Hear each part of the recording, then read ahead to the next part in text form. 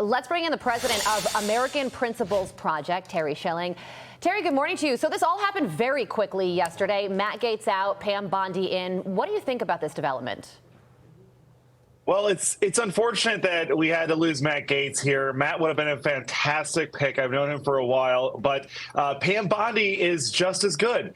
She's a dogged reformer. She's going to take charge of our DOJ and get rid of the weaponization of government against the Democrats' political opponents, but mostly our families. We've got a lot of challenges in our country, but I think Pam Bondi is ready to meet those challenges. Yeah, to your point, lest you worry that Trump lost his attack dog when Gaetz dropped out. Have no fear. Pam Bondi is tenacious, and she's going to do every single one of those things that you just mentioned. Job number one, to your point, is ending weaponization at the DOJ. But, Terry, how? How will she do that? How do you want her to do that? Well, the number one thing that we have to do is call the dogs off in all of these unfair investigations and the erroneous and, obviously biased investigations like around January 6th, and actually get to the bottom of a lot of these other cases that are coming up. But number two is call the dogs off on parents, right? We saw that all across the country, parents started standing up for their kids at school board meetings, and then the federal government responded by investigating these parents as domestic terrorists. So we've got to get rid of the bad actors and then start to take actions to clean up a lot of their messes. Yeah, and the Justice Department is composed of 40 different organizations and has more than 150,000 employees. Many of them have been there for decades, so this is going to be a big job for her. So let's focus on Matt Gaetz for a little bit, because earlier in the week, he was asked by reporters, how are things going when you're meeting with senators? He said it's great. Donald Trump was asked if he's having any idea of wanting to reverse the decision, any thoughts of withdrawing his nominee for Matt Gaetz. He said no, not at all. So what do you think ultimately led to this really fast decision for Gaetz to change his mind and say he doesn't want the job anymore?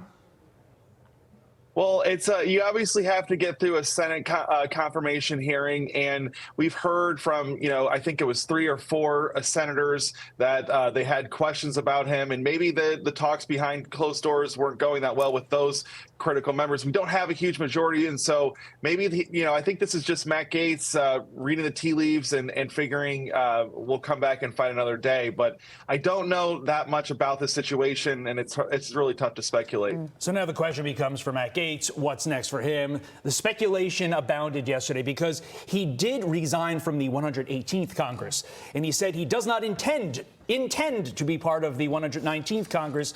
That's a little lawyering for everybody. Whenever I want to hold open the possibility I can do something, I wrote, I do not intend. Gaetz could be doing that. And there's also the potential he could run for governor there in Florida in 2026. But I want to circle back to Bondi for a moment. She did a masterful job in Florida going after human traffickers and fentanyl pushers. So now we have this combination of Tom Homan and Pam Bondi, potentially, awaiting Senate confirmation. What does that mean for that duo trying to shut down those who profit off of illegal immigration? It's a huge deal. This is going to be a dynamic duo. They're going to work really well together, and I would be very, very, very worried if I was part of any of these cartels that are trafficking drugs over our borders. But also, I'd be very worried if I was Big Pharma.